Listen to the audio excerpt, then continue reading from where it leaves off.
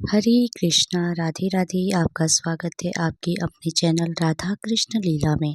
आप सभी श्रोताओं का दिन शुभ और मंगलमय हो, इसी मंगल कामना के साथ आज की कथा का शुभारंभ करते हैं।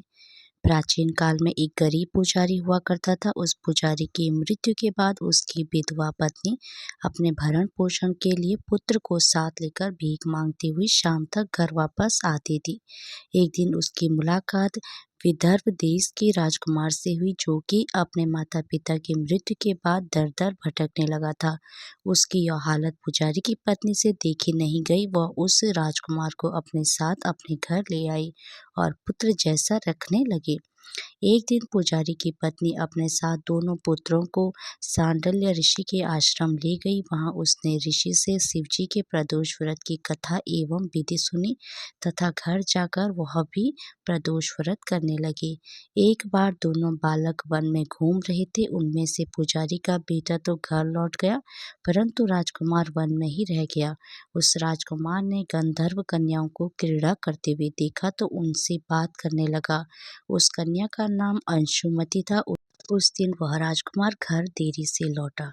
राजकुमार दूसरे दिन फिर से उसी जगह पहुंचा जहां अंशुमति अपने माता पिता से बात कर रही थी। तभी अंशुमति के माता पिता ने उस राजकुमार को पहचान लिया तथा उससे कहा कि आप तो विदर्भ नगर के राजकुमार हो ना, आपका नाम धर्मगुप्त है। अंशुमति के माता पिता को वह राजकुमार पसंद आया और उन्होंने कहा कि शिवजी की कृपा से हम अपनी पुत्री का विवाह आपसे करना चाहते हैं। क्या आप इस विवाह के लिए तैयार हैं? राजकुमार ने अपनी स्वीकृति दे दी तो उन दोनों का विवाह संपन्न हुआ। बाद में राजकुमार ने गंधर्व की विशाल सेना के साथ विदर्भ पर हमला किया और घमासान युद्ध कर विजय प्राप्त की तथा पत्नी के साथ राज्य करने लगा। वहां उस महल में वह पुजारी की पत्नी और पुत्र को आदर के साथ ले आया तथा साथ रखने लगा।